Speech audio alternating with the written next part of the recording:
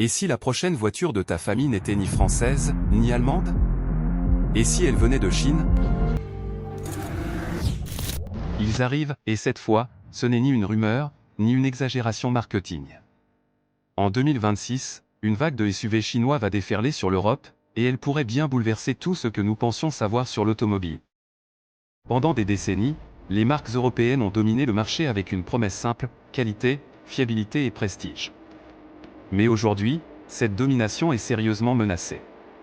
Imagine des SUV plus spacieux qu'un Peugeot 5008, plus technologiques qu'un Mercedes GLC, avec une autonomie électrique capable de dépasser les 700 km, le tout pour un prix parfois 2 fois inférieur.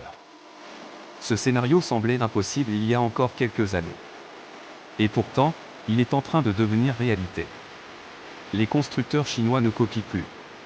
Ils innovent. Ils investissent massivement dans la batterie, le logiciel, l'intelligence artificielle et l'expérience utilisateur. Résultat, des véhicules pensés comme des smartphones sur roues, mis à jour à distance, ultra connectés et conçus pour durer. Et le plus inquiétant pour les marques européennes, c'est que ces SUV ne ciblent pas le bas de gamme. Ils visent directement les familles, les cadres, les automobilistes exigeants. Ceux qui veulent de l'espace, de la sécurité, du confort, sans exploser leur budget. Dans cette vidéo, tu vas découvrir les 5 SUV chinois les plus impressionnants qui arrivent en 2026.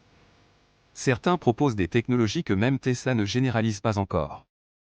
D'autres affichent un niveau de finition qui rivalise avec le premium allemand. Mais attention, le dernier modèle de cette liste pourrait bien être celui qui fera le plus mal à l'industrie européenne. Et c'est pour ça que tu dois absolument rester jusqu'à la fin. Commençons par celui que beaucoup sous-estiment encore, BYD. Derrière ce nom discret se cache pourtant l'un des constructeurs les plus puissants du monde. Contrairement à la majorité des marques européennes, BYD ne dépend presque de personne. L'entreprise fabrique elle-même ses batteries, ses moteurs électriques, ses semi-conducteurs et même ses logiciels. Cette maîtrise totale change absolument tout. Le SUV familial que BYD prépare pour 2026 promet une autonomie record dépassant les 700 km en conditions réelles. Mais ce n'est pas seulement une question de distance. La recharge est ultra rapide, la gestion thermique des batteries est parmi les plus avancées du marché, et la fiabilité annoncée inquiète déjà les concurrents européens. Là où certains SUV perdent rapidement en performance avec le temps, BYD mise sur la stabilité et la longévité. À l'intérieur, le choc est encore plus grand. Écran panoramique, matériaux premium, insonorisation poussée, sièges chauffants et ventilés de série, tout ce qui est souvent en option chez les marques européennes est ici inclus.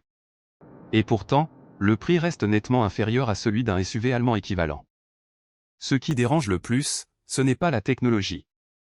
C'est le rapport qualité-prix. BYD prouve qu'il est possible d'offrir du haut niveau sans exploser les tarifs. Pour beaucoup d'acheteurs européens, cela pourrait devenir une alternative sérieuse. Et ce n'est que le début, car d'autres marques chinoises vont encore plus loin. XPeng et NIO jouent dans une autre catégorie. Leur objectif n'est pas seulement de fabriquer des SUV, mais de créer des voitures capables de comprendre leurs conducteurs. En 2026, leurs modèles familiaux intègrent des systèmes d'assistance avancés qui dépassent ce que beaucoup connaissent aujourd'hui. Reconnaissance vocale naturelle, conduite semi-autonome évoluée, navigation prédictive, apprentissage des habitudes du conducteur, ces SUV analysent chaque trajet pour améliorer l'expérience. La voiture sait quand tu pars travailler, quand tu voyages en famille, et adapte automatiquement ses réglages. Suspension, climatisation, éclairage intérieur, tout s'ajuste sans intervention. NIO va encore plus loin avec une innovation que peu de marques européennes osent proposer, le changement de batterie automatisé. En quelques minutes, tu repars avec une batterie pleine, sans recharge classique. Pour les familles et les longs trajets, c'est un argument redoutable. XPeng, de son côté, mise sur un logiciel extrêmement évolutif. Les mises à jour à distance améliorent réellement la voiture avec le temps, ajoutant des fonctions que le véhicule n'avait pas à l'achat. Une approche très différente de celle de nombreux constructeurs traditionnels. Ces SUV donnent l'impression de conduire une voiture de la prochaine décennie. Et face à cela, certaines marques européennes semblent déjà en retard.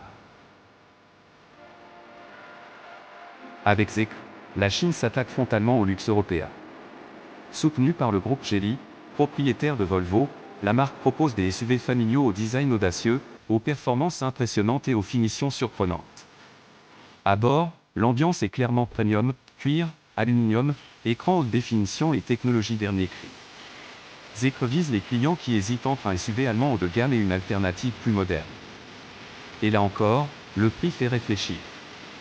À équipements équivalents, la différence peut atteindre plusieurs dizaines de milliers d'euros. .NG adopte une stratégie différente mais tout aussi efficace. La marque vise les familles pragmatiques, celles qui veulent de l'espace, de la fiabilité et des coûts maîtrisés. Les SUV MG prévus pour 2026 sont simples, bien équipés et adaptés aux routes européennes. Sans extravagance inutile, mais avec l'essentiel parfaitement maîtrisé. MG rassure, Zeekr impressionne. Deux approches différentes, mais un même résultat, mettre une pression énorme sur les constructeurs européens, coincés entre hausse des prix et contraintes réglementaires. Ces SUV chinois ne sont pas seulement de nouveaux modèles. Ils représentent un changement d'équilibre mondial. Pour la première fois, les constructeurs européens ne sont plus en position de force. Ils doivent réagir, s'adapter, justifier leur prix. La question que beaucoup d'automobilistes se posent désormais est simple, pourquoi payer plus cher pour moins de technologie, moins d'équipement, et parfois une fiabilité incertaine? En 2026, ce dilemme va devenir central pour des milliers de familles. Les marques européennes ont encore un avantage, l'image, l'histoire, le réseau. Mais cela suffira-t-il face à des SUV modernes, performants et accessibles?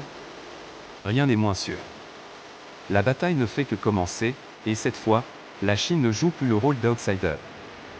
Cela suffira-t-il face à des SUV modernes, performants et accessibles? Rien n'est moins sûr. La bataille ne fait que commencer, et cette fois, la Chine ne joue plus le rôle d'outsider.